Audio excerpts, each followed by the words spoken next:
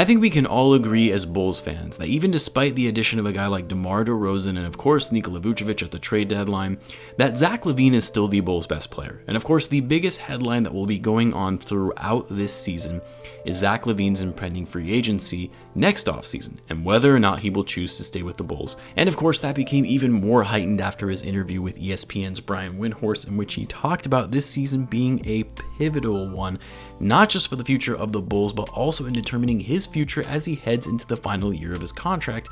And that's what I want to talk about in this video. So what's going on, everyone? You are listening to Bulls Central here. Hope you're all doing well. Guys, real quick, be sure to subscribe to the channel if you are new. I will be covering the Bulls all season long with post-game analysis and reactions, interviews with Bulls insiders, and other Bulls related content.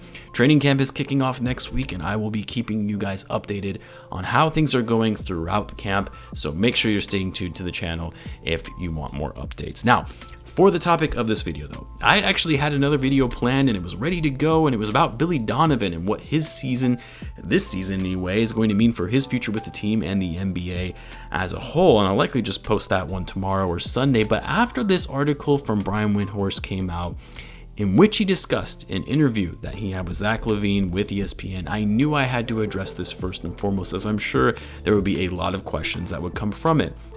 Now, if you guys didn't get a chance to read the article, don't worry, I'll briefly summarize it here for you in a little bit. But really, the article highlighted how critical this season is going to be for the Bulls and is going to be for Zach Lavine's future. Now, it's no surprise that Zach Lavine, for his level of play, being selected to his first All-Star game this past season, is wanting to get paid. And he wants to get paid the max and really make up for all of these past few seasons in which he was really underpaid for how he performed.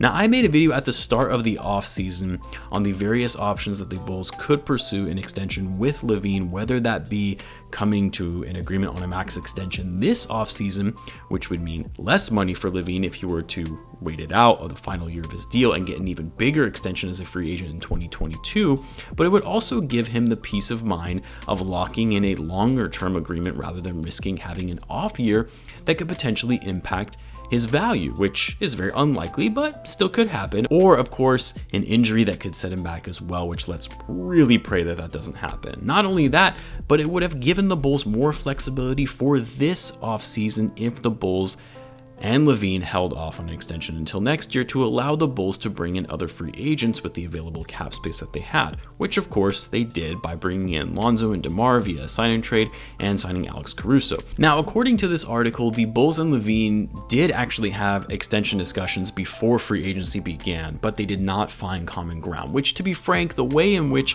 Brian Windhorst worded this is kind of BS in my opinion and likely taken out of context. I don't doubt that extension discussions were had before free agency began. Even Lavine had actually alluded to that during the Olympics, but to say that they didn't find common ground, as if this was like a Lauri Markkanen type scenario from last season in which the Bulls weren't willing to offer Markkanen what he wanted in terms of a big payday, as if implying that the Bulls and Lavine didn't find common ground where the Bulls weren't willing to offer him a max extension and talks ceased as a result.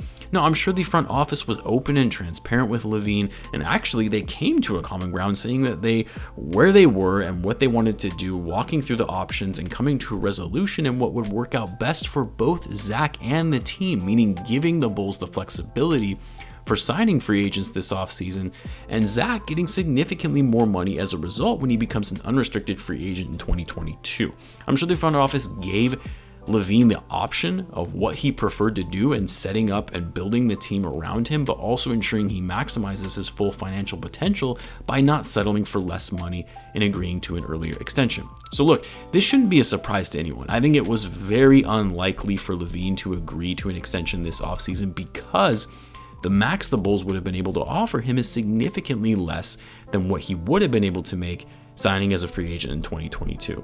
And we all knew that despite Lavine wanting to get paid, he wants to be on a winning team and he wants to have talent built around him. And the only way the Bulls were going to be able to make that work is by holding off on re-signing Lavine until next offseason to give them the cap flexibility required to bring in some of these other guys. This enables the Bulls to shift the culture of the organization, showcase a winning mindset, actually have Lavine make the playoffs for the first time in his career, and set him up for success going forward. Now, all of that being said, It was a bit unsettling to hear Lavine say that this is a business at the end of the day and how, quote, the season going forward is going to be extremely crucial, not just for me, but for everybody. Winning would take care of everything, unquote. I mean, obviously, you expect a player going into the final year of their deal to be pretty non-committal to the media and saying that it's a business and that, they don't really know what they're going to do as it relates to their free agency. But for Lavine, this is essentially saying, look, if we underperform, if we don't win, that's going to be crucial in determining my future with this franchise.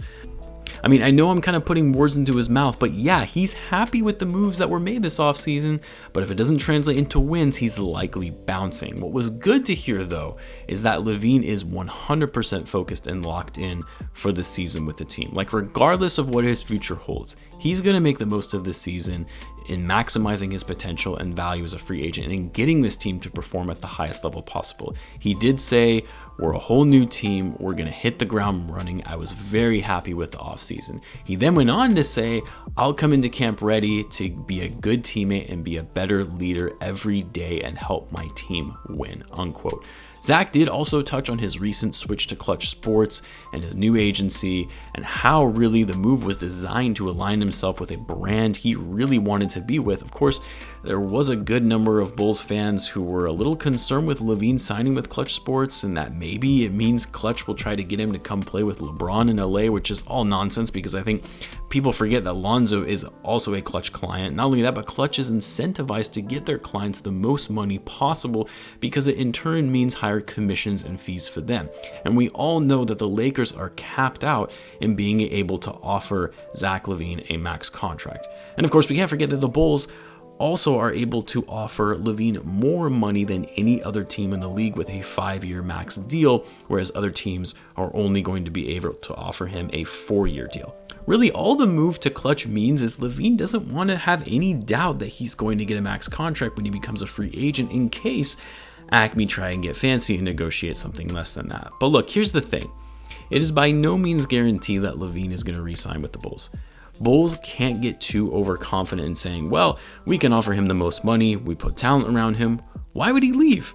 And yes, the odds are most certainly in their favor to retain him for those reasons specifically, but if the Bulls somehow miss the playoffs, or even worse, miss the play-in, which trust me, it's not going to happen barring any major injuries, of course, but if the Bulls somehow extremely disappoint as a team and come up short badly this season, Lavine likely won't be sticking around. He's essentially saying that here. This season is a crucial one in determining the direction of his future. Money is great, and Lavine has said it multiple times, he wants what he deserves, but Lavine also wants to win. For a guy who is yet to make the playoffs in his 7-year NBA career, you would have to think that's more important than just sticking around with a franchise that can't win, even if it means they're able to pay him the most money.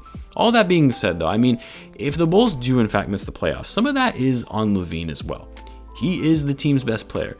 And if the Bulls fail to reach the playoffs yet again after all of the moves they made in bringing in DeRozan and Lonzo Ball and now a full offseason and training camp with Vucevic, you have to hold the team's best player accountable for a disappointing season. So as much as Lavine keeps saying, I want what I deserve, I want my respect, at the end of the day, it's a business and this season is going to be critical for his future, well, some of that is also on him, and to prove that he's not just an empty stat player who can't win, to prove that he deserves a max contract, to prove that the Bulls made the right decision in building around him this offseason. Because if Lavine underperforms and misses the playoffs yet again, yeah, you're damn right that is going to be crucial in determining the direction for himself as he enters the final year of his contract, and that teams may not want to offer him the max if they see that from Lavine yet again. So Lavine shouldn't really be approaching this as a critical season for the Bulls as a franchise if they want to keep him. No, it's actually a crucial season for him